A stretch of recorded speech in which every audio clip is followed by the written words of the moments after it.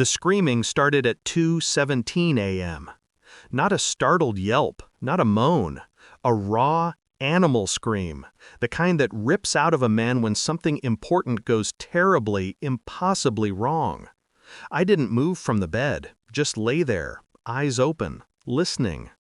It was a strange kind of peace, the way everything I'd buried finally surfaced in the sound of his agony. We met the way fools often do, too fast, too open.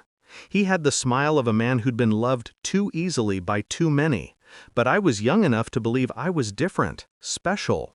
He told me things, quiet, vulnerable things, like how his father used to disappear for weeks at a time, how his ex cheated, how he just wanted someone who wouldn't lie. I remember thinking I'd never betray that kind of trust.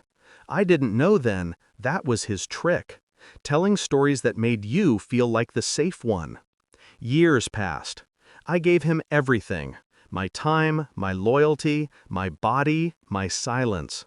And then I cleaned his car. It wasn't even intentional. He'd been gone on a business trip, one of many lately, and I was trying to be helpful. A vacuum, a trash bag, some Windex, and then it rolled out from under the seat.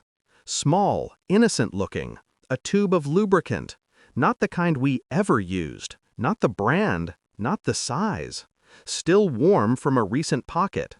I stared at it a long time. No confrontation, no tears, just clarity. The signs had been there. Long showers before bed, new boxers, locked phone, sudden gym membership, a new playlist called Reset.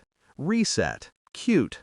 So I watched. I waited. I tracked patterns. Thursday nights, always late. Saturdays, always tired. Sunday mornings, oddly kind. Once I followed him. Not far, just enough to see the hotel 2 towns over. Room 214. She was younger, skinnier, loud. I watched her slap his chest and run down the hall in nothing but a towel. I didn't cry. I didn't scream.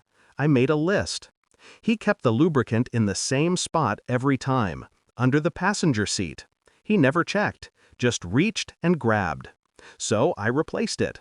I chose industrial-grade epoxy, the kind used to fix engines and concrete fractures, thick, permanent, designed to fuse things together on a molecular level.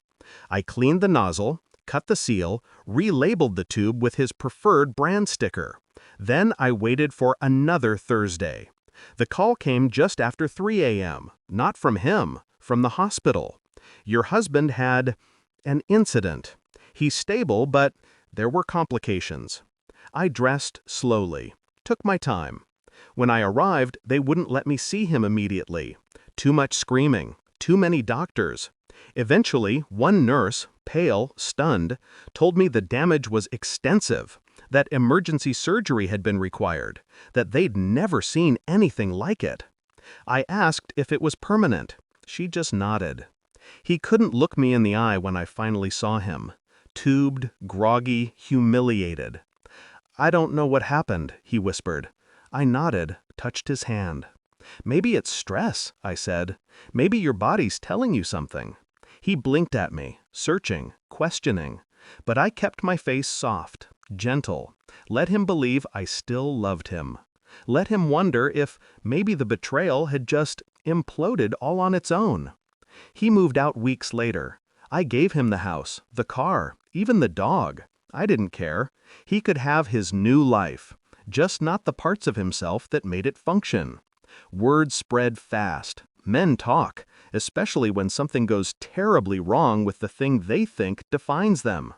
He stopped showing up at bars, stopped posting gym selfies. She left him, of course. He couldn't explain why he screamed when she touched him. Now I sleep with the windows open. The neighbors still whisper about that night. The screams, the ambulance lights.